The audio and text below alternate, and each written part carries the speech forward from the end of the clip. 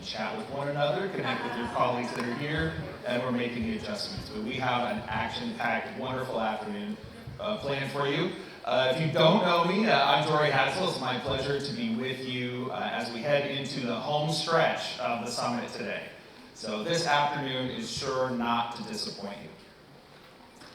You know, as we find ourselves in a world where artificial intelligence, AI, is evolving faster than many of us can keep pace with, you may have wondered, how do our government leaders and those involved in influencing and implementing policy navigate the rapid changes, especially when in technology, our regulations and laws already struggle to keep pace? Well, today we have a power panel to give us some real talk, as they say, on the politics, government operations, and labor implications of AI.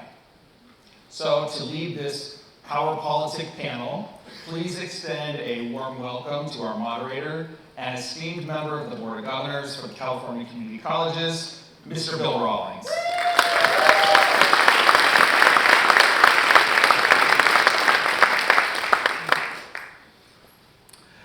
Good afternoon, everyone. Good afternoon. Please join me in welcoming our panel. We have Secretary Amy Tong, Secretary of Government Operations. We have the California Secretary of Labor, Stuart Knox. And we have the Director of the California Education Learning Lab, Mark Park. So thank you for joining us. This is going to be a great discussion. I'm really excited for this group. These are people that I've been following and been fans of for quite some time. We're going to be having a discussion on artificial intelligence and its impact across California's education, workforce, and government. As highlighted in the Vision 2030 roadmap, generative AI and the future of learning is a key strategic direction for our system. The Board of Governors has been actively engaged, really leaning in on discussions on AI, recognizing its transformative potential, as well as the need for thoughtful implementation. This led to the adoption of the Humans Framework and Principles and the board's support for a new Digital Center for Innovation, Transformation, and Equity to help guide this work, really help leading in, and really help empower our districts to do the same. AI has the power to revolutionize teaching and learning, workforce development, and the delivery of government services. However, it also raises important questions around ethics, equity, privacy, and more that we must really carefully consider. And so our distinguished panel today brings together leaders at the forefront of AI's impact and policy in California. And we're going to begin with a lightning round for all of you. So none of you really need much of an introduction with the careers that you have, and your bios, if you're interested, are in the program on the website. But in 2 minutes or less, because we're running a little bit behind, please tell us a little bit about you, who you are, and what we'd like to know about you. And so we're going to start with Amy, and then followed by Stuart, and then Mark. All right, I'll jump right in. I know our panel is right after lunch, so we're going to keep it very interactive, interesting, and if you do need to fall asleep or something, just don't snore too loud. All right, well, we'll probably will be entertaining. 2 minutes or less. Let's see. So I am, as Bill mentioned, the Secretary of Government Operations. People asking, what the heck is that, government operation? Basically, I have a portfolio that ranging from the workforce development side of it, the procurement, the tech innovation, the revenue of the state, as well as the pension of the state. And then also there's a large system, probably many of you have heard of Cradle to Career, the large data system. So all of those are under my portfolio. It's very, very diverse. But really, I myself is a tech and data background. So therefore, you know, in my job today, on top of all of that, the governor, of course, wants to make sure the state of California stay in the leadership role when it comes to Gen AI. So he tapped my agency, and then he knows I cannot do it alone. So of course, he gave me a great partner, like Secretary Stuart Knox, to be partnering with, to making sure that the state of California continue to do everything we can in the Gen AI aspect. So I'll leave it at that. All right, Stuart. Thanks, appreciate it. Thank you, Amy. So, as a great partner with Amy, Labor and Workforce Development Agency, we oversee all the big ones: EDD, Employment Development Department, Department of Investor Relations. But we also have 4 workforce development entities embedded within the labor agency itself. And so we do a lot of work with the community colleges. We do a lot of work with the local workforce systems. So we oversee all of the federal funds the Workforce Innovation Opportunity Act funds for the state of California under the agency. And so we have the 45 local boards which actually deploy those resources. And as probably some of you probably know, I've spoken at quite a few community colleges, I also came from the community college system. So my career started in the community college system way back in the early 90s, ways back. And so my hope and desire for the system is to actually work better with our systems in the workforce development world. And when it came to AI, yes, Amy is everything CDT, Department of Technology, and so with our large departments, we saw a complete nexus with the workforce development entities, but also with our community college partners, and so that's why we are pleased to be here today.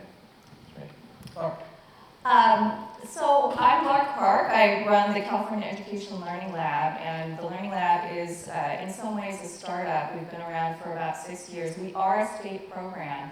And unlike Amy and unlike Stuart, I don't really run anything large. What we run is very small, but the whole idea behind Learning Lab is to fund faculty-led innovation. So the way we are approaching things is really to tap into the power of California public higher education faculty in the UCs, in the CSU system, and in the community college system, because what we know is that there's a huge amount of human capital and ingenuity that lies within those systems, and our philosophy is to tap into it, to release it, to nurture it, to facilitate it in all ways. And so I've been thrilled to be able to run this lab as a startup. We are a learning organization. We learn all the time. But unlike Amy and Stuart, who are really responsible for large areas of government and government programs, we're just really a seedling that is trying to harness the power of the brain trust of California. That's wonderful. So for the next question, we're going to stay with Mark here. And you've just touched on it. The California Education Learning Lab, which works with innovative intersegmental solutions in the teaching learning space, as well as professional development for faculty across higher education. How are you shaping the work of the lab, given that AI is disrupting teaching and learning as we know it? Yeah, that is a really great question, Bill. And for us, we were born before the pandemic, and obviously before generative AI came on the scene. And the strands of DNA, or the DNA that we have, it was about innovation. It was about intersegmental collaboration. It was about marrying educational research with teaching practice and leveraging the power of technology. So when generative AI came on the scene, it was like, oh wow, this is the convergence of all of the things that we are already working on. And so we knew that we had to lean in to understanding AI better. And there was this appetite that we could sense from faculty across the three segments to engage in this in a way that we didn't necessarily see before, because I would have said at the very onset of the program, tell us about innovation in higher education. And I would say, well, it's a little bit of an oxymoron, because it is hard to innovate in the higher education space. It's not like life sciences. It's not like the high-tech industry. But AI has forced and enabled faculty to think about what this means. And so we currently have an AI challenge in progress right now. And it's a really important challenge, and I'll tell you why. On the one hand, we want to lean into the things that faculty are excited about and excited to prove. But we also understand this is so new. So we created these different tracks within the AI challenge. One is about foundational knowledge. I think some of us are worried about what is going to happen to foundational knowledge. And so we approach this as, what are students going to need to know and know how to do, no matter how smart or capable artificial intelligence or generative AI gets? That it is foundational to students and human learning and their success. We need to know way more about this than we currently do. Then there is sort of the AI as an accelerant. how do we accelerate the teaching and learning cycles, right? Because a lot of the constraints, a lot of barriers to student success have to do with how constrained our systems are, whether they're funding or otherwise. But if we can accelerate the feedback loop in a dynamic and helpful way, that's worth investing in. And then we have another track that is about authenticity, accuracy, and assessment. And this I would say, runs everything from AI literacy to really understanding what are our human values and how are we authentically humans, and having faculty lean into really that kind of inquiry. So we are all into the inquiry of generative AI and AI, and I would say that's really important as Stuart and Amy think about workforce broadly and how government operates broadly. But we want to be sort of as upstream as possible, and how are we preparing students to think and act, be agents, and be successful in this time of dramatic and sweeping change. That's great. Secretary Tom, you're the governor's right hand on all things AI, right? So what's the governor's agenda for AI? And maybe just a brief moment, what are the top priorities for the governor with AI? Yeah, so there's several things, and I definitely want to end on talking about the workforce focus, why I'm here with Secretary Knox. But really, at the end of the day, the governor's looking at generative AI is something that is an evolution of a continuation of what was developed in AI, which many of us have been using AI for decades. But this generative AI really spurred a whole level of conversation. And what is not, what are the risks, what are the benefits, and what is the responsible guardrail, but not so much that stifle innovation in the state of California. I think that is really the balance from both economic development and also social responsibility in making sure how generative AI could be utilized to our benefit, but not being consumed by it. And by doing so, the executive order that the governor issued back in last October is really putting the state of California at the forefront of rolling up our sleeves, just give it a try. And I don't know how many of you have been tracking what we're doing in the state of California, but we actually have several proof of concept with more to come, including Secretary Knox's agency is going to be one of those. But the 5 that's undergoing right now have to deal with our traffic management. Right? Like, what are the ways that we can improve how traffic management can be done in the state of California?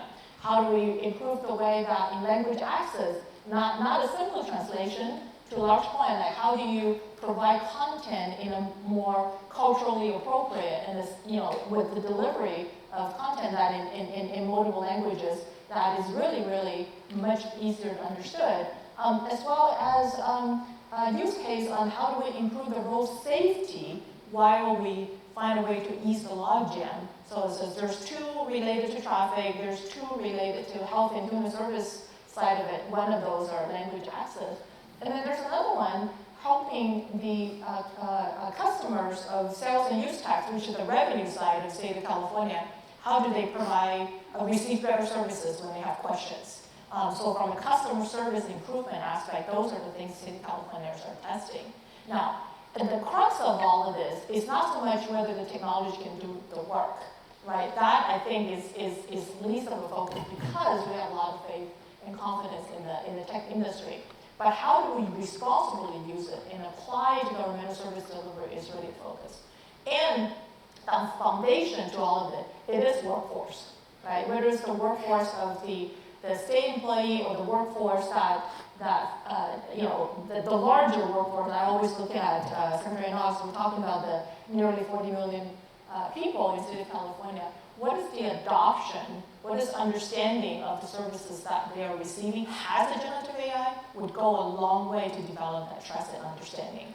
So I think it's the workforce training, not only those that use generative AI, but those on the receiving end of the services that include generative AI is the workforce focus.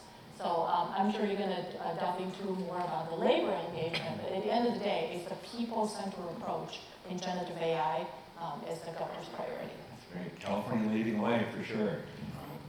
Secretary Knox, you're it when it comes to workforce in California, and AI is affecting every sector, right? And so without skills, our workers could be left behind in the rapidly changing world of AI. Does this really keep you up at night? And how are you navigating? What are you doing? Yeah. I'll pivot from what Amy, Secretary Tom really mentioned is I think the governor's emphasis with us specifically was to make sure that we didn't leave workers behind. And so, especially with our labor unions and others that we work with, is we want to make sure that the skills are kept up with. And so, obviously, we came to the community college system, I think, first. At least that was my goal. I instantly talked to Sonia, who already had, as Sonia Christian, your chancellor, already had this on her, this was work she was already doing. So this is front and center for her. So for us, from my perspective, was the community college system touches over 2 million of our workers today and future workforce of tomorrow. And with Sonia's vision of really touching even more workers for the future and more people that have been left behind in the systems, I think that's where we really see where we are going to be to help with that. So we serve obviously similar populations under the Workforce Development Agency, but we also serve a lot of populations that are not connected to education. And so I think one of the goals I have is to make sure that we start connecting people to an education system, whether it's for AI or for skills-based needs in general. And so how do we do that? I think it's working with our community college system to make that happen. I think AI for me, what keeps me up at night is, I've lived through at least 30 years of transitions from one jobs to another.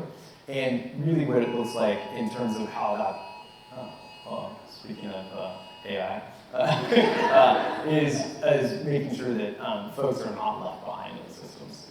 And so what's the next step for us is really making sure that when Sonia talks about the 6.8 million people that are basically the working poor in the state of California, how do we actually get access through our college systems, through our education and our workforce development systems to make sure that they have the tools that are necessary for the next job?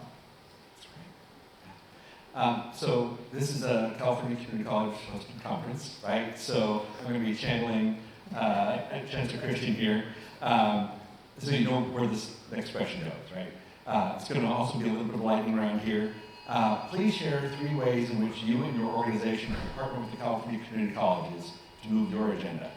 And we'll start with Stuart, and then Mark, and we'll conclude with Amy for this last word. Sure, yeah. Well, one, on the master plan and career education, we were all in with the governor's office, really thinking through with the chancellor's office, UCOP, the CSU system, is how we better bring that up to date. And so that is first and foremost, I think, right now to go to the administration to make sure that we are making sure that happens.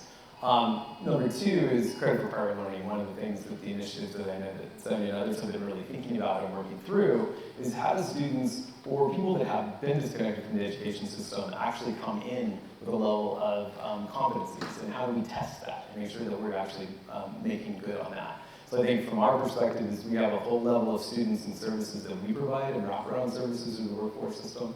How do we actually start to engage those in the community college system? So I think through credit for prior learning, but also looking at wraparound services, whether that's mental health or providing child care services, things that we do on our side. How do we do a better job of that to sustain the whole person? And then the third piece, I think, which is important, is actually the jobs piece, right? And so we make sure that people have good employment and good jobs for when they finish these courses. And then that's the tracking side. So data systems, and something I talked about today, we all have these huge, Amy knows this all too well, massive data systems that don't speak to each other half the time. And so how do we start to collectively think that through? Cradle to Career is one of those pieces to that puzzle, but we also have a huge, massive data system on my side, which actually tracks the wages for everybody. That's the base wage file, and how do we get that back out to the community college system to be able to actually see where their students are landing? So I've had the great good fortune of having worked with Sonia Christian now for a number of years, and so incredibly thankful that she's in her current role. And so Sonia has been a thought partner to Learning Lab for a number of years now. She was actually on our advisory board a few years ago now. And so it really is collaborate, collaborate, collaborate. And again, our primary audience is faculty. And so any way in which we can help the faculty of the 3 segments collaborate together. And I would say that we would want to expand that into administrative collaboration as well. But because we have reach into faculty at CSU and UC, in addition to community colleges, they're now coming to us with ideas about how they can help the community colleges and collaborate with the community colleges. And so we've done a couple of different partnership grants now where we see the three segments coming together and the faculty themselves are coming up with the ideas. So actually, like, our workload is so much lighter because we don't even have to come up with the ideas, they actually come in with the ideas. And then we try to find a funding source, we try to help shape that, that project. And we also try to work with our philanthropic partners in higher education that are very much invested also in intersegmental collaboration. So one of the things that we hope to launch next year is a teaching and learning collaborative. And that is, Sonia had mentioned professional development in terms of the digital center this morning. And I will just say that we believe that there's going to be really wonderful impacts when we create and bolster the network of faculty to work with each other on a variety of things. That is going to be what is transformational. So it's just this, I can't even limit it to 3 things. It's just an open door of collaboration with the Chancellor and the Chancellor's office. I'll sum up in 3 things because between us and evacuation, somewhere here, so quickly on that. Yes, a huge shout out to Sonia Christian, the Chancellor here. Recently, the state of California signed a MOU with NVIDIA, and CCC being highlighted as the first education institution that was part of that MOU, as a way of working with the faculties to co-develop curriculums so that it could be distributed through those faculties to the students. And that is really the focus, is working with the faculty to train the students. And this is students, whether you are mid-career change or a brand new student coming up the pipeline, we're looking at the CCC as an excellent partner in distribution of the content. And that's 1 and 2. And the 3 part of it is that as the state of California going forward with these proof of concept, we really wanted to really demonstrate whether Gen AI works or doesn't work for service delivery to our residents. So that level of education to our residents, so that they can feel comfortable of the service that's receiving, is also a focus of ours. So the faculty with the students in supporting of the residents of California is really the main focus of what administration is working on. That is wonderful. And so I think you'll all see the interconnectedness between all the different agencies and what we do in education. So please join me in giving them a great round of applause, thanking them for their time today and their insights here. Thank you all for being here, joining us today, and engaging with us. We really appreciate it. Look forward to all the things to come the rest of this year. Thank you. Thank you.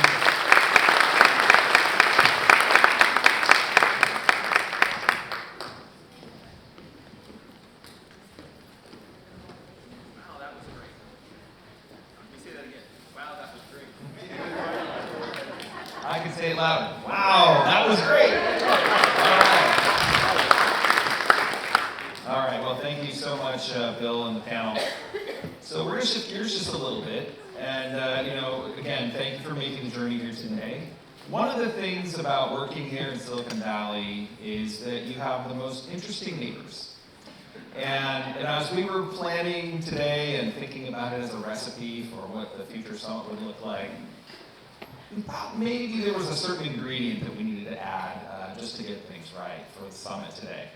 And so as we have discussions around technology and higher education, we thought we should probably go down the street to a neighbor who's pretty close by and ask if we could borrow, the proverbial cup of flour to come and join us today. And we're very grateful that they did. So it's my pleasure to introduce our first closing keynote speaker for today, a dynamic leader in educational technology. He was the CIO at Harvard Business School, where he reimagined online teaching and work. He led the transition to improve cyber hygiene. I know that's something you all talk about at dinner parties, right? Cyber hygiene, but it's important. And established a product development group that created software that's used by educational institutions worldwide. He brings a unique blend of technical expertise and business acumen to his work, and has a passion for education that really runs deep. It was inspired by his own mother's 40-year career as an elementary and special education teacher. So, before I bring out our next guest, let's just take a quick look at some of the things he might be talking about. Please look at this. Hey Siri, set my morning scene. It's currently clear and 71 degrees. Today's high will be 80 degrees. Open weather. Swipe left. I am the greatest. I said that even before I knew I was. I am the greatest. I said that even before I knew I was. Describe images. Look like a butterfly, sting like a bee. His hands can't hit, Amazing. what his eyes can't see. A red jacket. Now you see me, now you don't. Sonny think he will, but I know he won't. That's when I'm burning a rock into the stone. Hospitalized and break. I'm so mean, I've been blessed and sick. I have wrestled with the alligator. Tussled with the whale. The head comes flying, goes under in jail. Tap take picture. Tap take picture.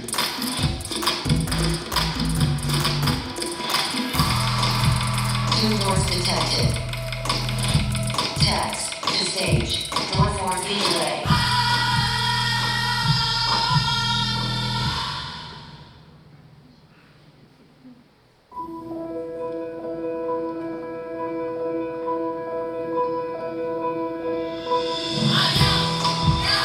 I'm handsome, I'm fast, I'm pretty.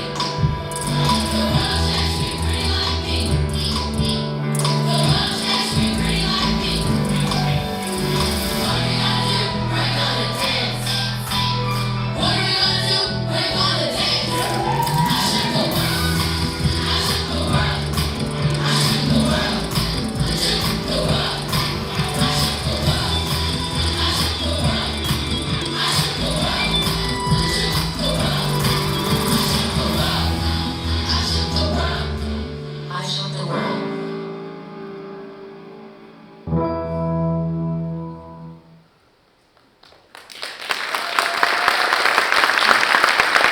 Please give a warm welcome to Ron Chandler, leader of U.S. Education Customer Engagement at Apple.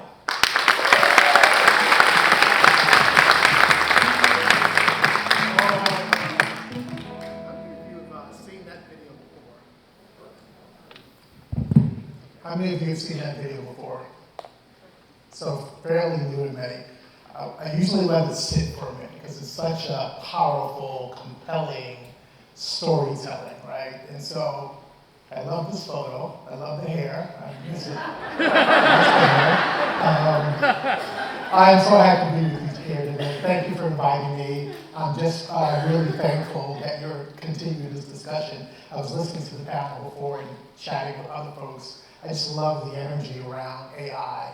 I'm going to take just a few moments to talk about things at Apple that we're doing and things that for us matter. And so just a little bit about Apple, right? I want you to think about our mission, right? Which is to create amazing products that enrich people's lives. And I want you to capture that last part and leave the world a better place, right? When you think about AI, and I'll talk a little bit more about this, that's the mission, right? That's the mission. It's not about the things and the stuff and all that, but it's about how do we leave the world a better place. I really love the fact that I'm hearing the word humanity a lot. Like that is super important. That's super important to us. As an engineer, as a former designer, as a former serial CIO, is working in arguably the largest tech company in the world, I just love that we're grounded in that. And so a little bit more about Apple. These are the values. These are the things that we care about. At the end of the day, all of this is something we consider. All of these 6 values. And when we think about AI, we think about how it impacts these values and how these values impact AI. Right? One thing that we know it's here. And I love one of the word choice that one of the panelists mentioned before when they talked about AI being an accelerant. Right? It's here, right? We need to embrace it. The question is it accelerating good stuff or is it going to accelerate bad stuff? Right? We have to own that. And so for us, and I'll get into this a little bit more, we're going to talk specifically about accessibility, education, and privacy. But I want you to know that we don't think about anything without the lens of environmental, right, on that, like that. So for us, Apple, our goal is to be completely carbon neutral by 2030. Like we build our products, thank you, thank you. But for us, it's about how do we influence others to think that way too.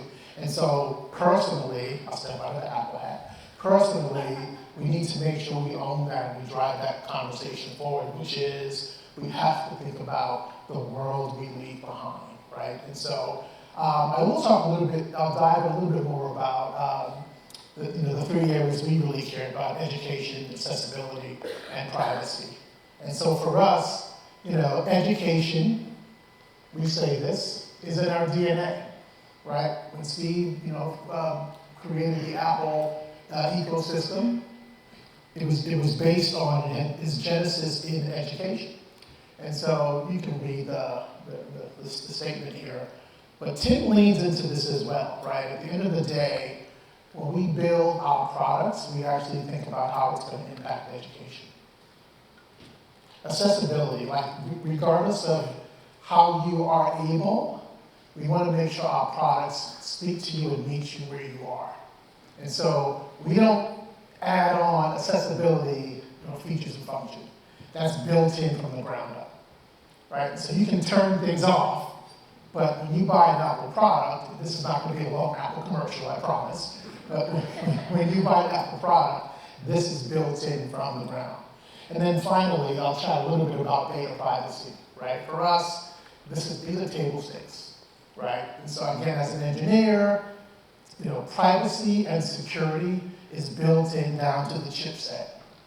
We know that, right? We know that we lean into this full-throated acknowledgement that we will not compromise when it comes to privacy. All of those things, all of those topics, all of those areas are particularly germane to AI. Now, I will tell you that for the many years, many past recent years, I should say, we've leveraged AI in all our products, right? And so if you think about the video that you saw, it is chock full of the use of AI, right? We're talking more about generative AI, but that was AI. So if you think about even our, one of our newest products, which is the Apple Vision Pro, it's hard to imagine that without talking about AI and AR and VR. But for us, it also is just a continuum. And I did hear one of the panelists mention this earlier, which is we've been talking about AI for years, and we haven't. But we are now talking about the next, I think, the next phase, which is artificial general intelligence. And so many of you heard about the announcement 2 days ago or so that the new product, again, I'm not going to turn this into a commercial, but the announcement stole some of my thunder, so I can certainly lead into that. Apple is all in on AI. We are all in on AI. I want to make sure you understand that we're in it for the right reason, right? We don't shy away from the fact that it's here. Again, I'm going to use that, I'm going to find out who actually used the word accelerate, because I'm going to have to give them credit for that. That's going to be my new word whenever I talk about AI. AI as an accelerant. It is super important for us that when we go out there, that when you continue to teach your students, our students, faculty, staff, get them ready for the next wave, that we lean into that and we realize that what's the saying? Resistance is futile. Like, it is here. It is absolutely here.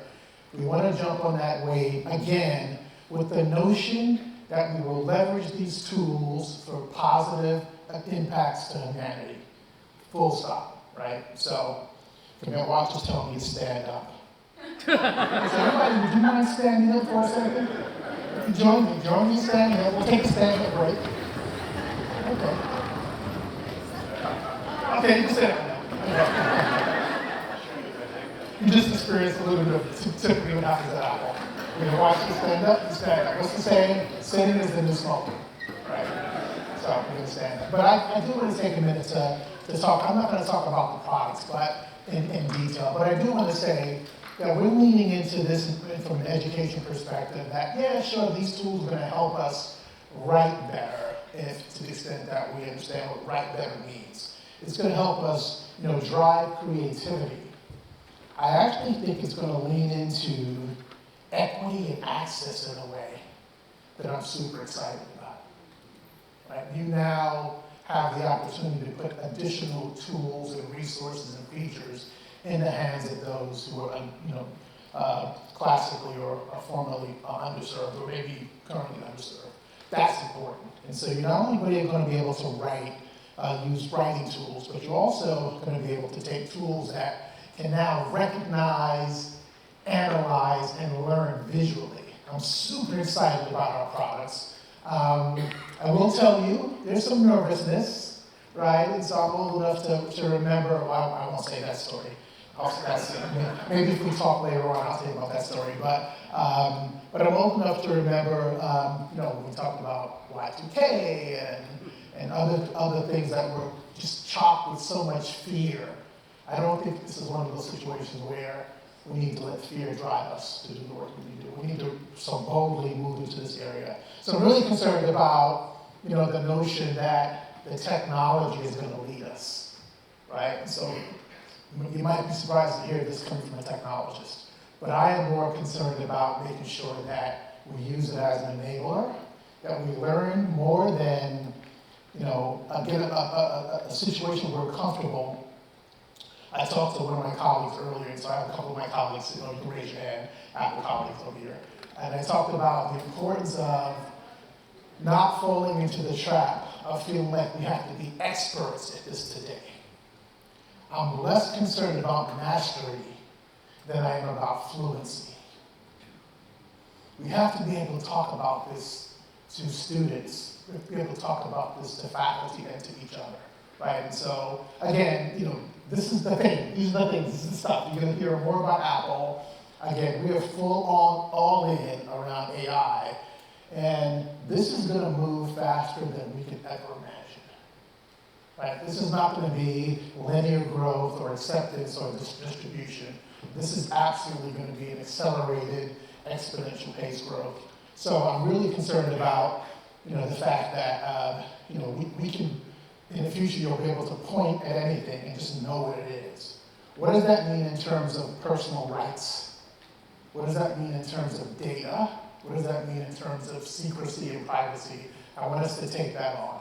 And I really am hopeful that many of your students wind up working at Apple and the other companies that do this work. And they come in thinking and interrogating the safety conversation, right?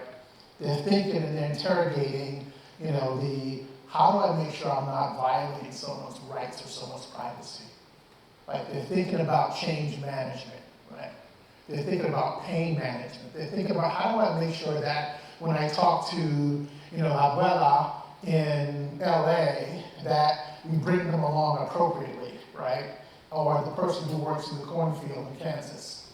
How do we make sure that we train our students to make sure that there's fluency there so they don't get left out? So that's what I'm concerned about. And so, one of the things you also heard about probably is our integration with ChatGPT. So again, we've been using AI in our products for years and years and years. What we're leaning into now, as one of the earlier speakers said, what the session panelists talked about is the generative AI. So this is super powerful, right? How do we make sure that we take the conversation and we're not talking about the students doing the wrong thing, cheating, and how do we turn that into how do we give them more tools so that they can be more creative? The reality is this is here, right? This is here. We shouldn't be afraid of it. It's upon us to continue to educate. It's upon us to make sure that people, sort of lower their guard a little bit, maybe a lot, to understand this and call each other out when it becomes more about the thing and the stuff. and less about the human, right? So the last thing I'll talk a little bit about is just privacy. And this is, again, our complete acknowledgement that we take this serious, right? This is something, again, we're not only going to not compromise on this, but in terms of the actual stuff, the engineering, whether you're talking about the on-device, sectioning it off, and whether you're talking about the cloud security, you can imagine that the resources are being poured into this in a big way, and you should feel comfortable with that. But I want you to understand that we're doing that, again, for the purposes of making and leaving the world a better place. So I didn't have a lot of time. I think I probably pushed the limit of my time here. But what I will say is, we're excited at Apple to continue to partner with you on this endeavor. We're super, super, super pleased that we get to spend time with you. I am pleased that I get to see some of you that I know, some of you I'm meeting for the first time. And Jory, I will get you that cup of flour at some point in time. I didn't realize I was a baker, but I love cookies. So I'll bring the flour, you make the cookies. But I just want to say thank you, and look for us to be continuing partners. I want to thank you all for partnering with us and letting Apple serve you in your educational endeavors. Again, as a former serial CIO in higher ed, I still live this. I love this work. It's a work from the heart, and I want to just make sure we do this the right way. So thank you so much. Thank you for that.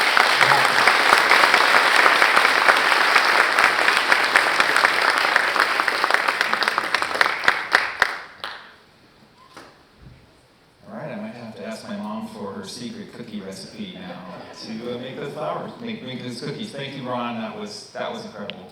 Thank you so much for being here today, and I hope you all found that insightful, especially as we talk about how to serve our students with disabilities. So thinking about today, we focused a lot on our theme of AI powering the workforce. And probably somewhere throughout the day, a few of us have been geeking out a little bit, air quotes, right? Geeking out a little bit on the technology and what's possible with the different applications of it, and that's terrific. As Ron mentioned, and as you've heard throughout today, though, we have to remember that community colleges exist to serve the people in our communities as human beings, whole persons, and learning is complex. And it's ultimately an important part of our job to figure out how do we keep those learners engaged, right? We can't ignore the humanity as we engage ourselves and our students with various technologies. Referencing back again to this morning with the AI Council's recent adoption of what's called the human-centered approach to AI, we have to remember that among all the bots and GPTs and other advancements, fundamentally, we are part of humanity. So, the question is, how do we capture the essence of our humanity to improve learning and to produce a robust workforce that lifts everyone up? Our next guest is a titan of the entertainment industry, and I don't say that lightly. He's produced a number of films that you may recognize, such as the Men in Black series, Minority Report, and others. He was nominated for multiple Academy Awards and also served as the head of the DreamWorks Motion Picture Studio, which produced 3 consecutive Oscar winners. Short quiz, anybody know? American Beauty, Gladiator, and A Beautiful Mind. Earlier this year, in recognition of his contributions to both motion pictures, right, and honor both motion pictures and education, he was awarded an honorary Doctorate of Humane Arts from Arizona State University. Education, again, infusing with the storytelling. And he's a master at storytelling and captivating audience. His newest project is focused on using his experience creating epic stories to find ways to unlock human engagement in learning. As co-founder of a company called Dreamscape Learn, working with a major university you might have heard of, and now community colleges. And ultimately, he's asking the question, in a time of innovation, how do we use all these technology tools in ways that reflect human values? Take a look.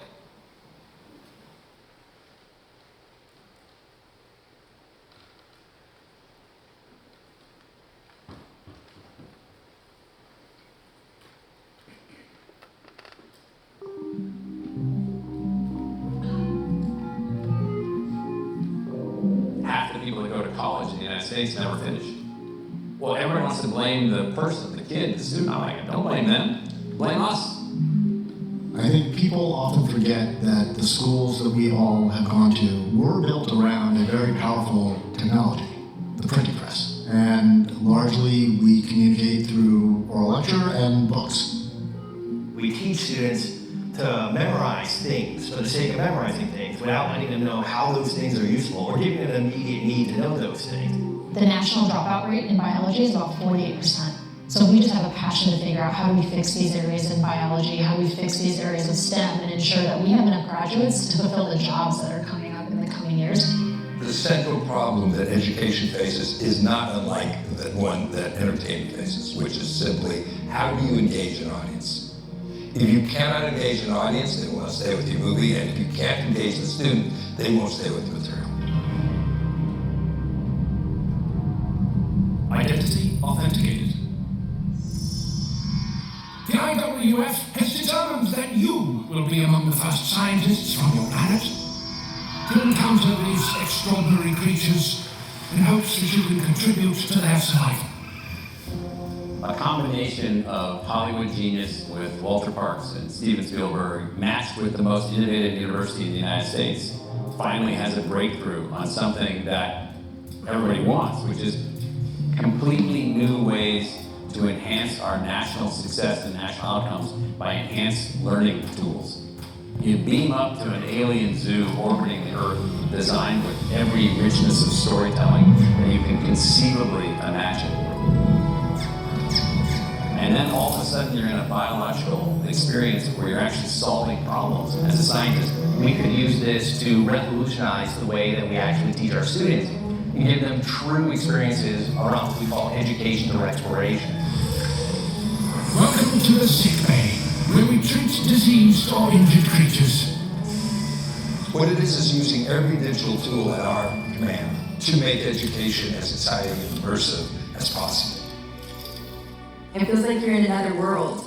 You put the headset on and you get in and the chair vibrates and there's wind blowing in your face and it's really immersive.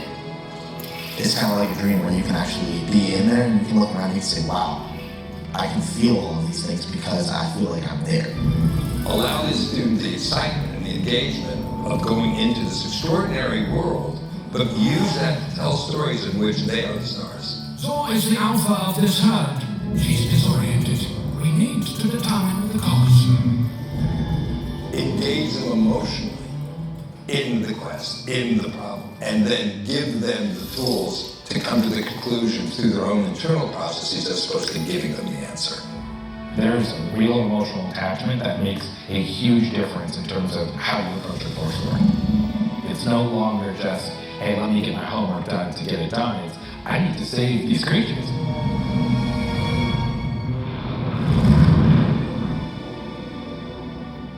Click the button to switch to microbot view now. You're now inside the aorta, which we can travel along to enter into the heart.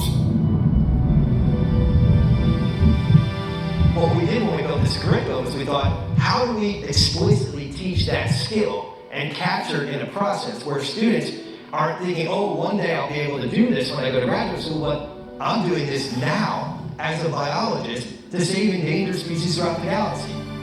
When you're seeing that students realize, I learned a transferable skill that I can actually use in real life. That's exciting. That's why we do this. Alien Zoo access session ending in 3, 2,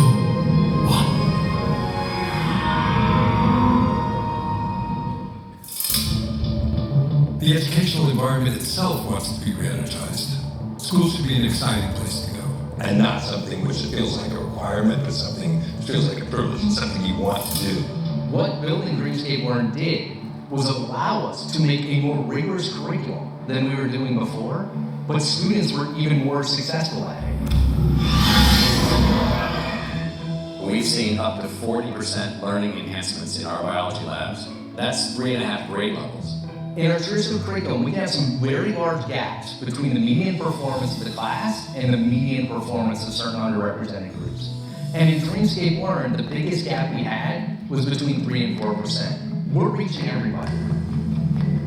Walking into these classrooms after they've completed VR and they're still engaging in the rest of the content. They're not even in the VR portion. They're back in class and they're wildly excited about doing quantitative analysis in Excel. We started with biology, we're moving next to chemistry, we're moving to planetary systems, earth science, we're moving to astronomy, we're going to ultimately move to other more complicated subjects. We want every student to feel that sense of amazement and wonder that education should always inspire. You need to experience how we have figured out how to excite the brain in learning things that are difficult to teach. This is the future of education, is immersion, it's experiential, and I think this has amazing potential. Offering up and transferring education and skills that will serve them for a lifetime, I'll take that.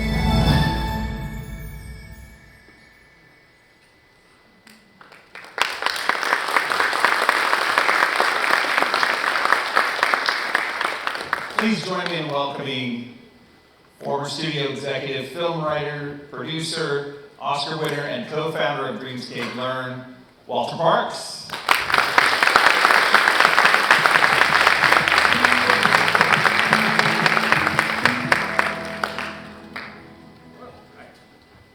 Is this on? Great. Well, hi everybody. Thank you very much for having me here. I'm sort of a newcomer to your world. It's been the last 4 or 5 years a bit extraordinary, but I have already learned that there's probably no organization or no institution that can be more valuable in terms of changing the educational landscape of our entire nation than the community college. So for that, I appreciate that.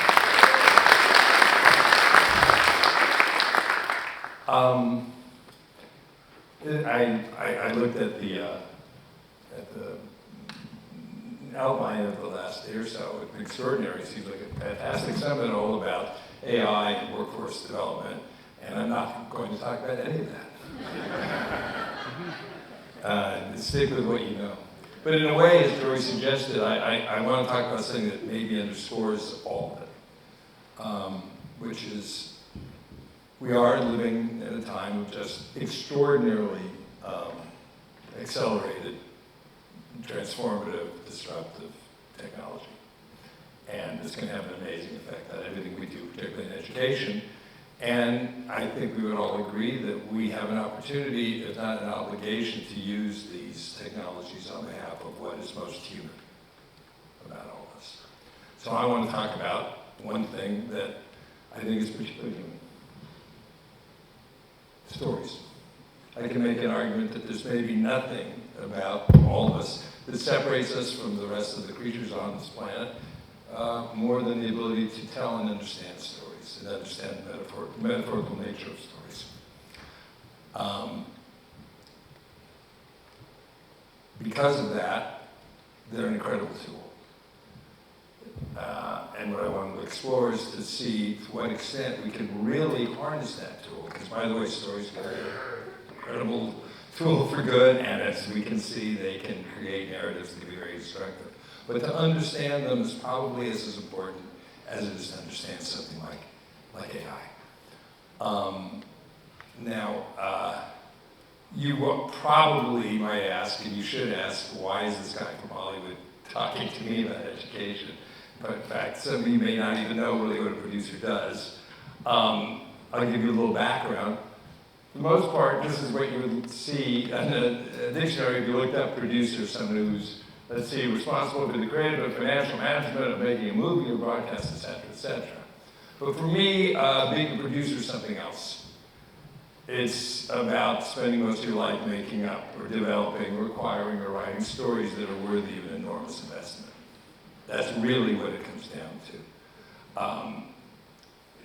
The strange thing about movies is that there's nothing there if they don't work. There's not like a piece of real estate, there's not equipment.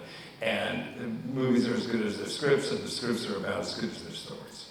So I've, having done this for quite a while, I've certainly done my 10,000 hours and learned some things about them. Actually, this focus on stories and writing really leads to the other definition of producer that I like the most, which is a producer is just someone who knows a writer.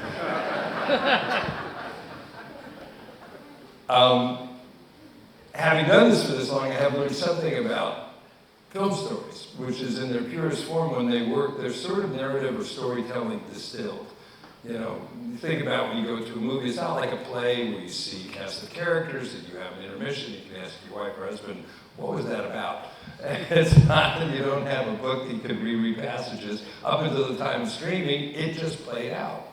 So that a good story, a good film story really has to sort of be clear and concise in a way, no matter how it's dressed up. That's really, really quite essential.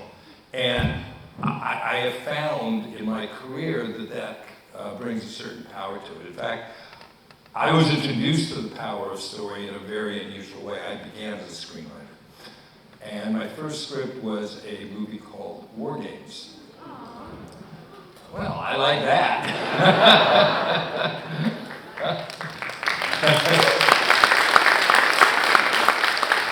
Well, thank you. As you know, it's about a kid who wants to play a video game and ends up almost starting World War III.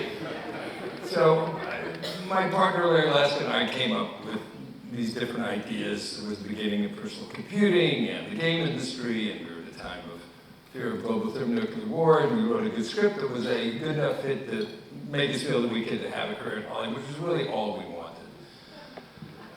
But something happened shortly after the movie was released that, well, surprised us. One day in June 1983, President Reagan met with his national security advisors. During the meeting, Reagan put down his notes, looked around, and asked, "Has anyone seen War Games?" No, the movie had only just come out.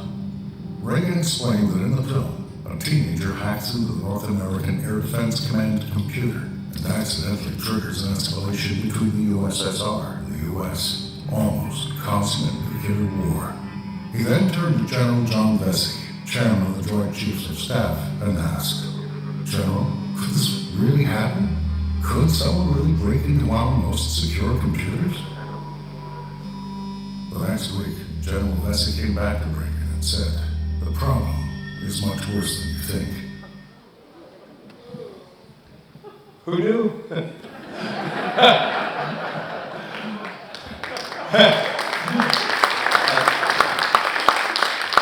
So as it turned out, that out of that conversation came the very first real debate inside the federal government about computer securities, and in fact, the very first security laws were drafted as a result of this. Now, I am not going to pretend to say that President Reagan learned about computer security and nuclear defense by watching War Games. But he did get interested enough in it to learn about it. And I think that's the point here. I think that has something to do with the power of storytelling.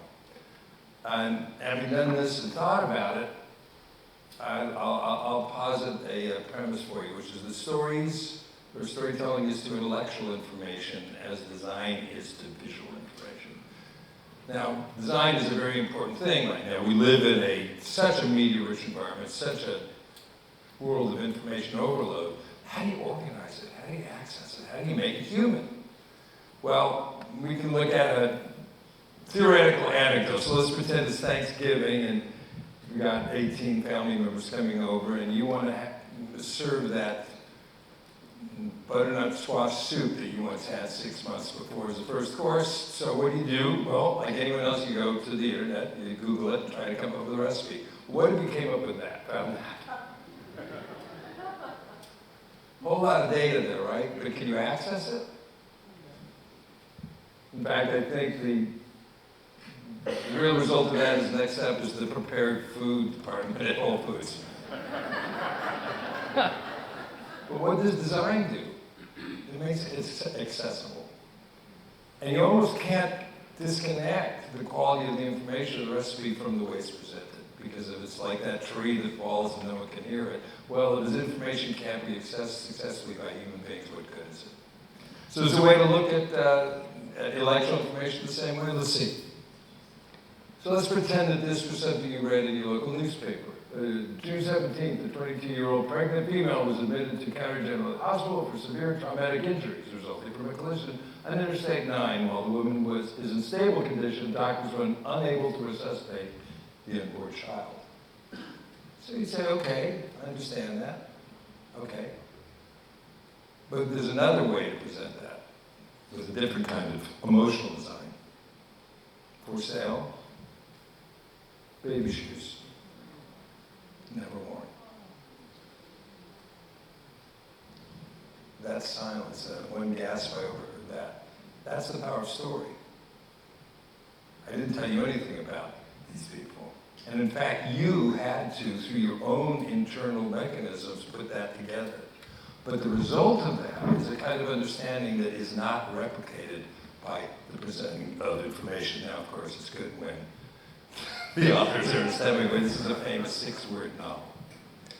What I think this is about is the difference between active and passive understanding. You probably don't know the word Ernst Lubitsch, but he was one of the great directors of the golden age of Hollywood. Was that an applause for Ernst Lubitsch? More games than Ernst Lubitsch. This is a good crowd. My job is 2 + 2. The audience's job is 4.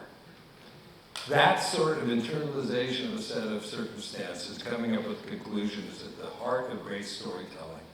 And I think it's where all of this is relevant to us as educators. So we're going to just take a few minutes to really explore whether or not the techniques of storytelling can be applied to pedagogy. So before we do that, we probably should figure out what is a story, or at least come to terms with the definition we all can use. There's lots of them. One of the ones I like is the art of making people want to know what happens next. But the one I use is story is the depiction of a logically consistent series of events which characters act or acted upon. And I put this in just because I think the 2 words are used interchangeably and they're not. A narrative is different than a story. A narrative can be the depiction of a logically consistent series of events, yes. The word reflects a point of view, knows the word that's not there, it's character. We could talk about the narrative of, the war in Ukraine, or all sorts of narratives and counter-narratives. It's the focus on character, to me, is what makes a story, and what I think is very relevant in education. But there's another definition that I think is even more to the point. I think of stories as sort of hardwired algorithms by which we understand or misunderstand enormous amounts of information. So as long as we really understand that this is a powerful tool, let's figure out how to use it. Now, in this conversation, I wanted to say something. I think people sometimes get afraid of the idea of a story. It's like, oh, there's the storytellers in the world, but I'm not a storyteller. We're all story listeners. We all understand the story, but what we do at Dreamscape, what I've tried to do in my career, is not look at stories as some kind of unassailable whole, but rather understand it as a series of techniques. And those techniques don't have to always be used, but if you can understand them, you can enliven things and you can engage people. And I would say that engagement is probably the first obligation we have to our students. So, story is easy as 1, 2, 3. And quite honestly, if you talk to most professional screenwriters, they would probably agree with this sort of essential construct here. The stories are about characters, and characters are about motivation. Okay? The great playwright David Mamet described drama as the quest of the hero to overcome those things which prevent him from achieving a specific active goal. That's an active thing, right? Then there's this quote here. If you want to know who someone is, understand what someone wants. And I don't know who said that. So you can go highbrow, lowbrow. Ham wants to catch his stepfather, or Marco Coloni wants to protect his family. Schindler only wanted cheap labor. Lala wants an education, and Oppenheimer wanted to make a name, and Pinocchio wants to be a real boy. Now, you could sometimes think that that's a simplistic way of looking at things, right? Too linear.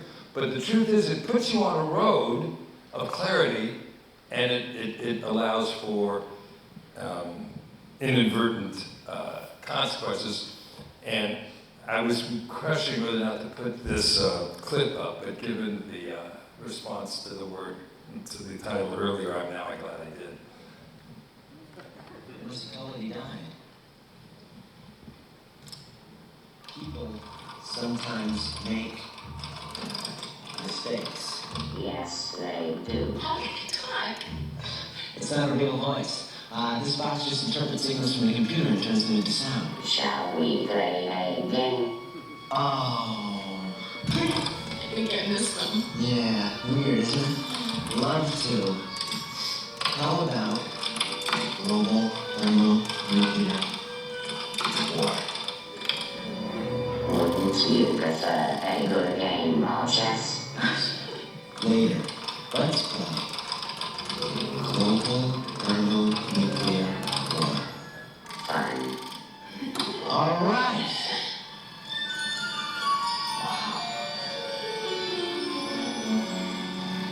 Which side do you want? I'll be the Russians.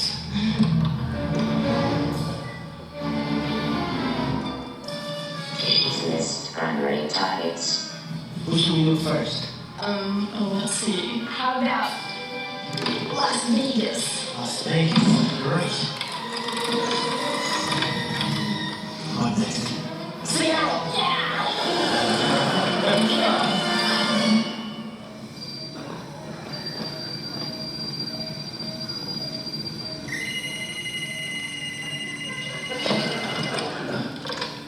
I have 7, correction 8. That's 8 redbirds, 2 degrees past altitude.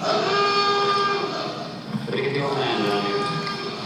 Overhead, we have Soviet missile warning. Aircraft malfunction and report down. Maybe I lied. I guess we were talking about AI, sort of. So that entire story is just based on the simple premise of a kid wants to play a game. And the energy and the directness of that gave way to bigger consequences. We try to do something like this at Dreamscape Learn in our laboratories, as you saw described in the video. Our students become the main characters of our labs. They're challenged to solve urgent problems, in this case, the survival of fictional creatures, which reflect how biology works here on Earth. And in so doing, they learn the fundamentals of biology and then are tested on it in the real life circumstances. So it promotes real understanding of underlying concepts as opposed to memorization. And I think it's that emotional relationship to the material is at the heart of that. We're going to talk about that a little bit later. The second main aspect of stories that I sort of recognize through these too many years of doing this is the binary endings. You've often heard of the red wire, blue wire. Again, it seems simplistic. The good guys want to stop the bad guys. They succeed or they don't. Or the team wins the champion. The lovers survive the last Titanic. Or not. The witch's prophecies come true for Macbeth. Or not. Or I was involved with the movie Gladiator. Maximus is reunited with his family. Or not. Well, let's think about it. Computers solve extraordinarily complex problems through binary processes. Maybe it's true here. Maybe, in fact, complexity can't be complicated. It requires simplicity. So even in the case of these, yes, he catches his stepfather, but in so doing causes the death of just about everybody else in order. Schindler gets his cheap labor, but becomes a hero. He saves the lives of hundreds, Oppenheimer, etc., Malala, Maximus. The point is that the certainty of the binary ending gives a kind of narrative satisfaction, but it absolutely isn't the end of the story, and not at all.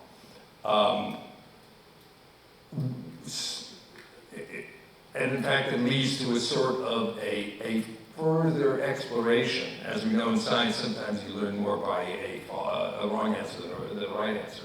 So I want to just quickly illustrate this by two scenes. Actually, this is two scenes from a movie I was involved in, one that I'm very proud of, that sort of suggest both of these first two ideas, that stories are about a character who urgently needs to do something, and that they either succeed or they don't. But let's see how complex those very simple ideas can find expression. Oh.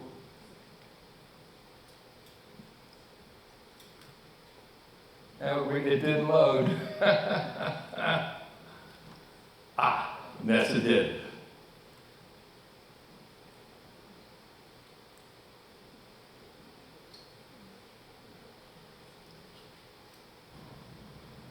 You're the son.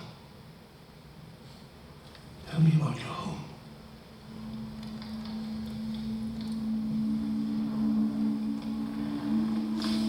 My house is in the hills above the hill. Very simple place.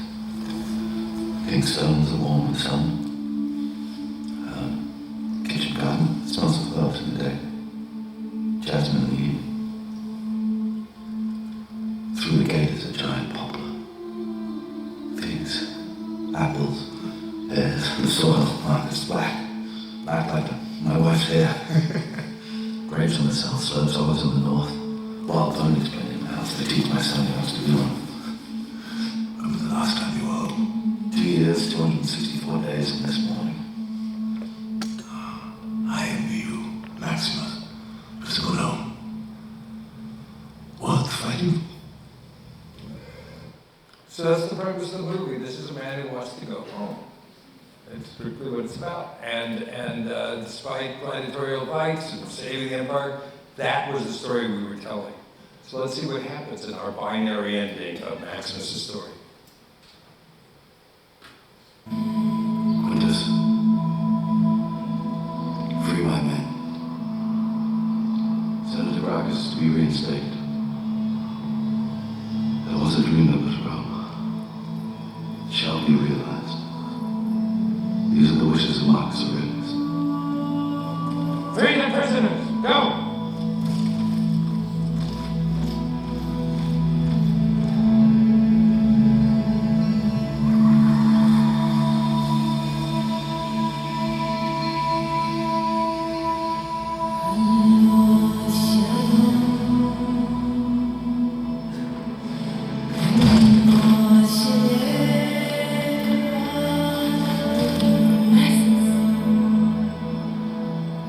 Wishes is safe.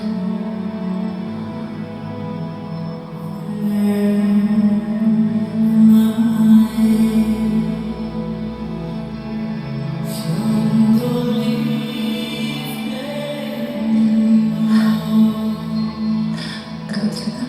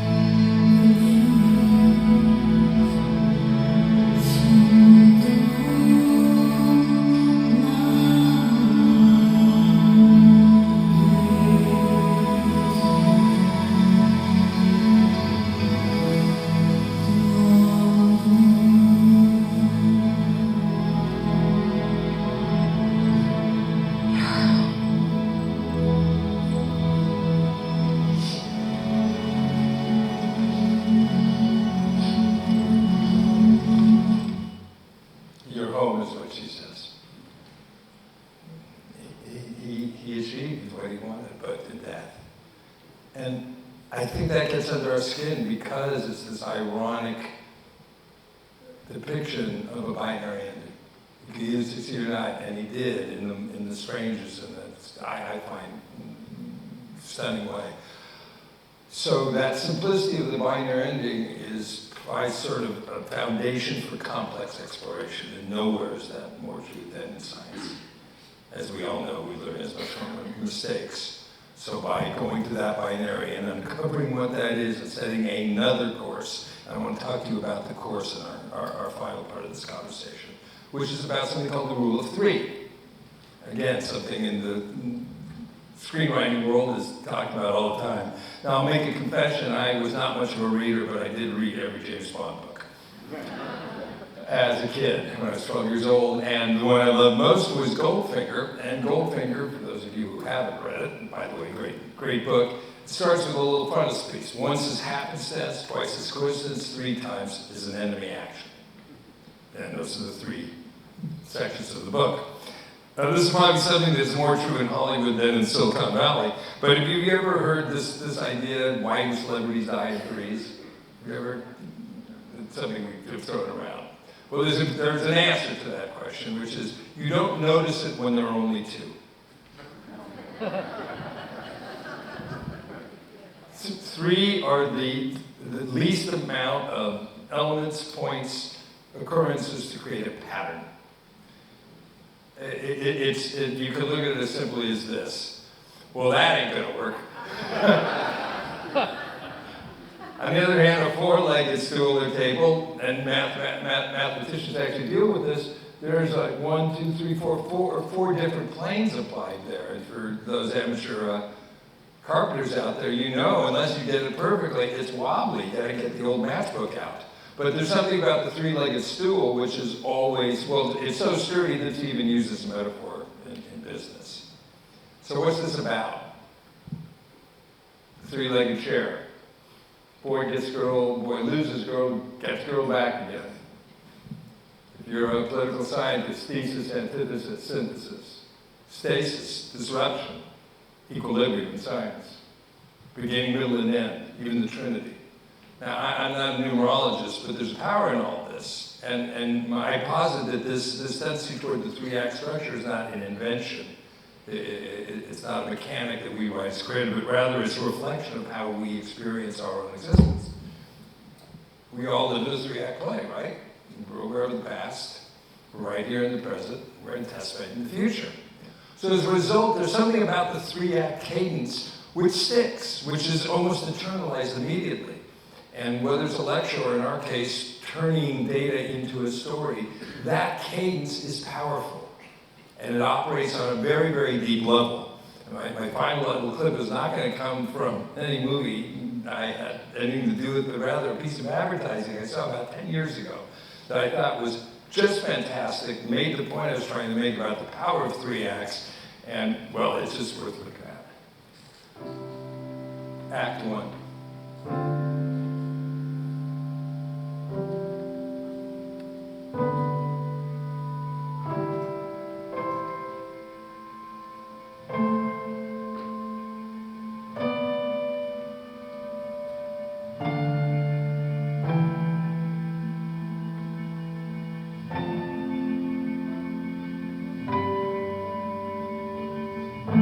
Act 2.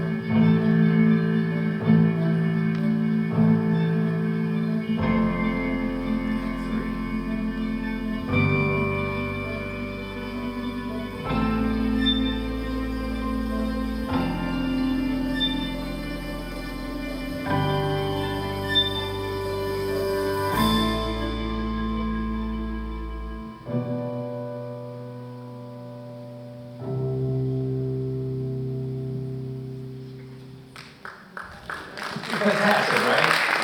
Who made that? It's just amazing, I think.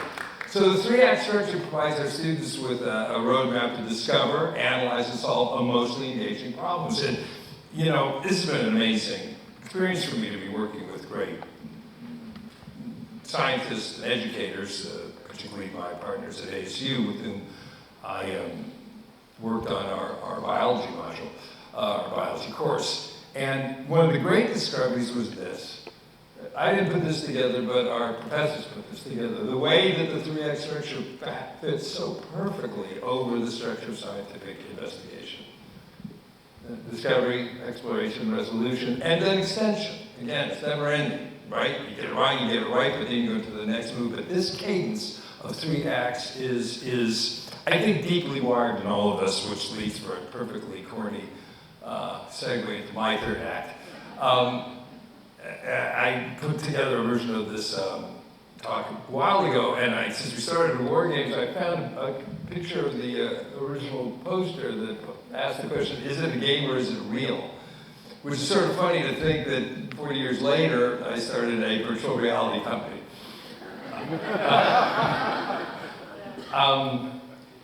This all began with a company called Dreamscape Immersive, which used a novel approach to VR. And you notice I've talked very little about technology in all of this whole conversation because I think it's only part of it.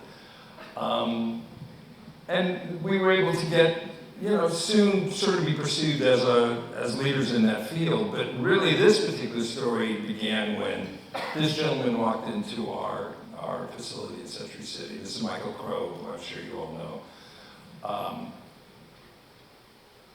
President Crow's obviously transformed ASU over the last 20 years from the most notorious party school in America to now the largest university in the country, and as we know, for now 9 straight years, the most innovative. Really looking at 3 main things: a commitment to innovation, a commitment to diversity, to democratization of education, and sort of embracing entrepreneurialism as an aspect of what universities can do. President Crow, Michael walked in and saw our first adventure. It's called Alien Zoo, that posits the existence of a sanctuary for the endangered species of the galaxy. And he said, you have a new way of teaching here. So I said, tell me more. Turned out that he had been looking for 10 years for a partnership and a platform to fulfill an idea he had. He calls it Realm for Education, education through exploration. Was there a way to transform our students into explorers, into scientists, to stop them from being passive recipients of the pedagogy, but actually active participants in it? And he saw in what we had built the possibility for this. So since we had an alien zoo, and since biology is such an important class, they say it's a gateway class, but as far as you can see, it's more like a gate. So many people drop out of it, and it's so important for so many other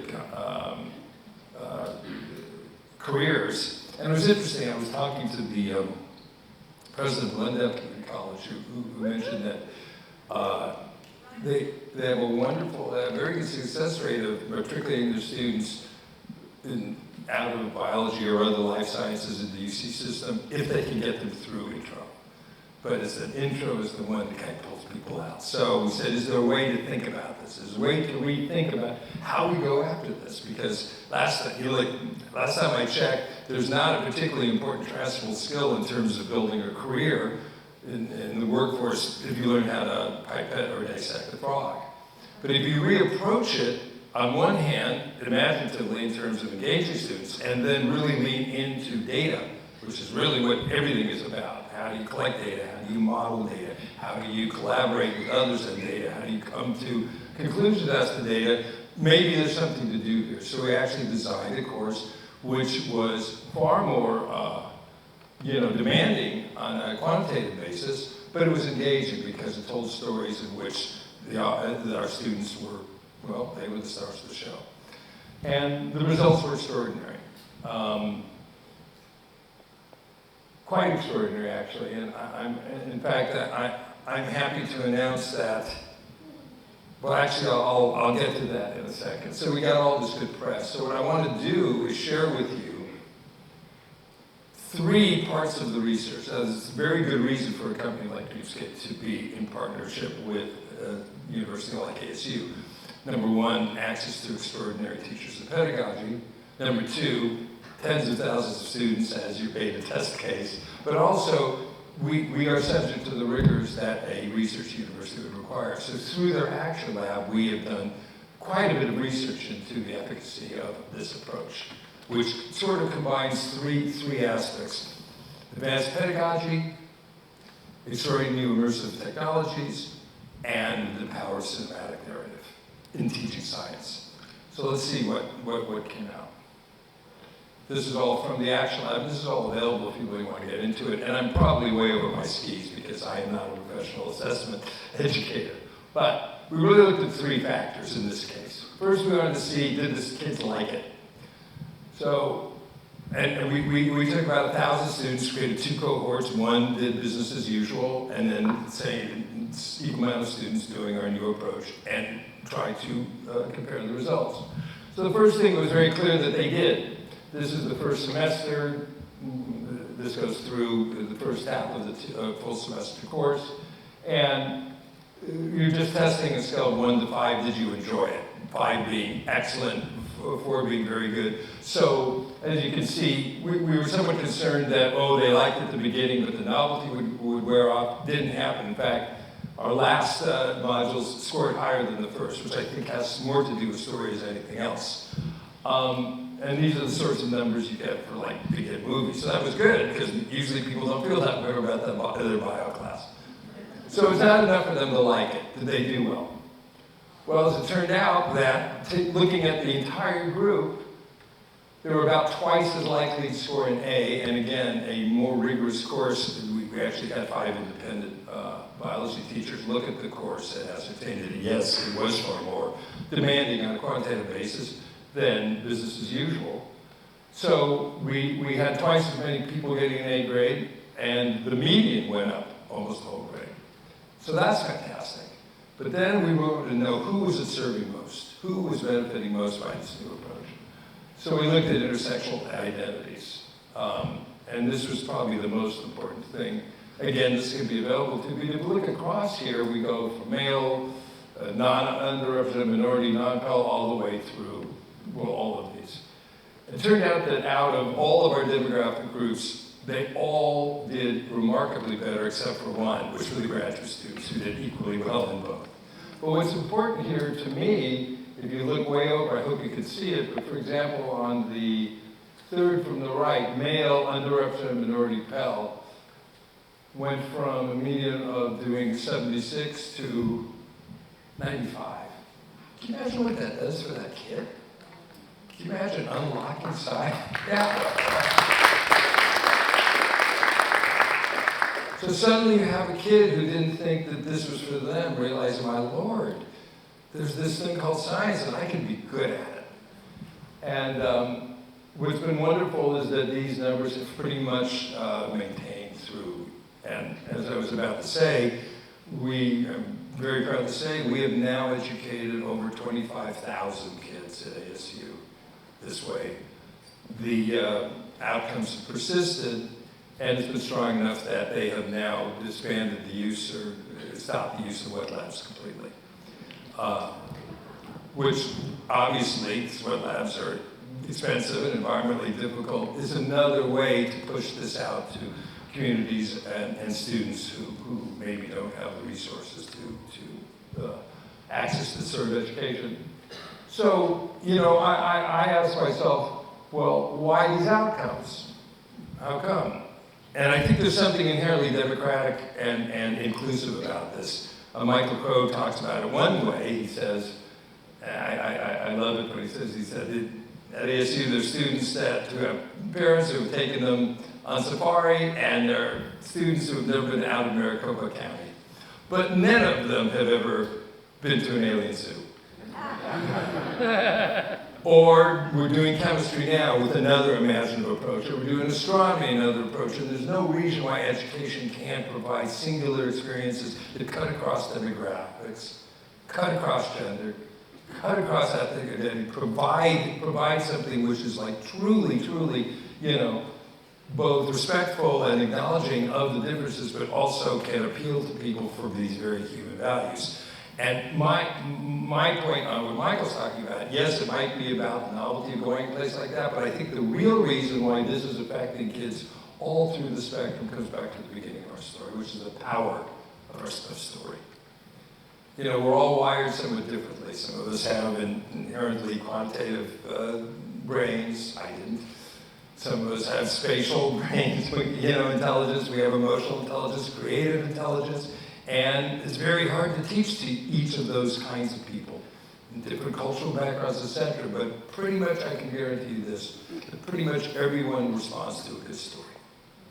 And if you can bring these qualities of storytelling into teaching, into education, I think what you're doing is, once again, embracing that which is, well, which is most human, which really gets to why I think it's at least not completely irrelevant for me to talking to you in an AI conference about this. We are in a time of just, in fact, the gentleman from Apple was saying, this is going to happen even more quickly than it feels now. I mean, 18 months ago, we hardly even used the word AI, and it seems like the entire landscape has changed now. So between AI and extended reality and augmented reality and virtual reality, we have all of these extraordinary tools, and we should use every one of them to teach our students. But we have an obligation to use them in a way, not as an end in itself, but in ways which underscore and promote what is human for all of us. Thank you.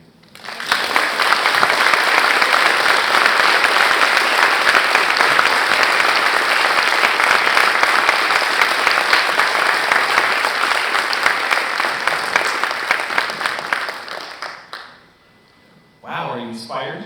Yes. I want to thank Walter Parks again for just the incredible and inspiring events.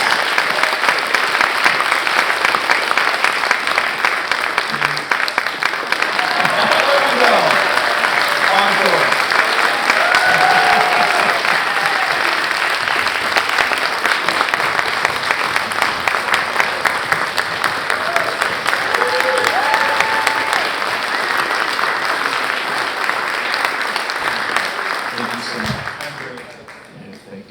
Wow, what an inspiring way and novel way of immersing and inspiring and motivating our students. It's just great and leveling the playing field, right? As the parent of a biology major myself, I can appreciate some of the examples as well. Can't wait to try it out. Well, we are kind of at that time as we come to the end of our time today together. We can reflect on what we've learned and the interactions we've had with each other. I'd like to just take a quick second. We're a couple minutes over. We're just wrapping it up here. I wanted to talk about, let's consider who came together today for the summit. So let's go to the big board, and we'll see. This will be kind of fun. We had a total of 258 attendees join us from higher ed today. Thank you. We had another from, let's see, how about from industry? We had 123 and 38 from our partners. Thank you. I haven't checked my math, but altogether we had over 400 people here today. And we were so impressed with this being our first California Community Colleges Future Summit. So thank you again for being here today. It's okay to clap. Your watch is telling you to stand up, and you can't stand up, you can clap. It's a form of exercise. So we know some of you even traveled from far away to be here today. So we had a few, we just put a couple states up. I know we had some folks from Washington. If you're here, give us a, someone's here from Washington. Georgia. Thank you for coming from Georgia. And of course, many of us from California. And if we missed your state in that, we still love you. We give you some California love. And we hope you're enjoying the nice California weather as well. So thank you. You know, just to kind of sum us up here, I think as we're thinking about all this human interaction that we're talking about, power of storytelling and ways to think about AI as an accelerant, we discussed this, the future of AI, learning and the workforce. It reminds me that the California Community Colleges, we believe in those human-centered principles for AI, right? All right. At its core, it means, right, that it takes people coming together to help us all chart a path forward for how we can leverage AI for learning and empowering the workforce. And we will figure that out together, folks. We've had an amazing day together, and many of you were also with us last night at the reception, which was phenomenal. If you were there, thank you for coming to that as well. And we just want to thank you for making the pilgrimage here to Silicon Valley, De Anza College, for this inaugural summit. And especially, we want to thank our speakers and our panelists. Let's give them one more round of applause.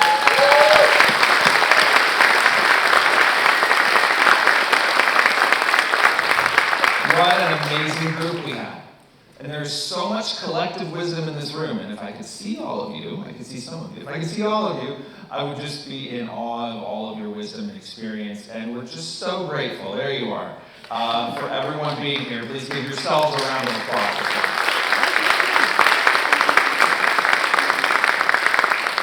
We also want to thank our State Chancellor, Sonia Christian, and all the other dignitaries who are here with us today. And on behalf of the entire Future Summit planning team, we want to thank those who made today possible. Now, Walter Parks is an experienced award winner, so you know the first rule is you never try to do a laundry list of people to thank, right? And so I'm going to follow in those footsteps and just thank folks from the State Chancellor's Office who supported the summit, from De Anza College, from the Foundation for California Community Colleges, both the conference and events and the communications team, and also my colleagues from Foothill De Anza at the district level. There are too many folks to mention, but you know who you are, and we want to thank you for your tireless work.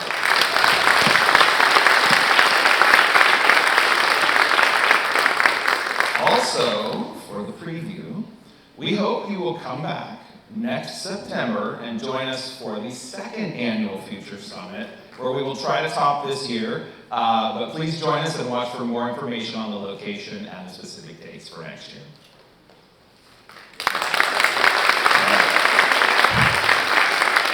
We're getting our exercise. This is good. So one thing we know about technology and how we use it is it's going to advance before we come together again next year, right? So I'm going to give you a little charge as you leave here today. First, take some time to reflect on what you've heard in the conversations that you've had and think about how we can best leverage artificial intelligence to support the needs of California's community college students, our faculty, and even our classified professionals and administrators. We can join with industry also to create an equitable AI workforce that powers our state and national economy and that lifts our students up in their economic circumstances and bettering their lives through new opportunities. That's number one. Number two, this may be focused a little more on the community college folks who are here in the room. Please go and have meaningful conversations with your colleagues, with your students especially, about positive ways and responsible ways that we can harness AI to achieve all of those goals that I just mentioned. It's important. It's by having these conversations, right, that we are going to empower ourselves and our students to advance the conversations and the actions that will determine how we use AI as a force for good in our students' lives, teaching, learning, and workforce. Also, find some ways to get involved in new efforts like the exciting new Digital Center for Innovation, Transformation, and Equity, and the types of pilots and critical conversations that effort will facilitate. We're committed as a system to making sure that no populations are left behind as we innovate together in support of Chancellor Christian's Vision 2030 goals. What is it that she says? Our time is now. So for those of you who are here from industry and some of our technology colleagues, here's a message for you. We need your partnership. Please stay persistent. Work with us. Help us find ways to accelerate our own adaptation, transformation, working alongside you as partners. Don't give up on us. With that, we want to thank you again for attending today. Please have a safe journey home, and we hope you will join us again next September. Thank you.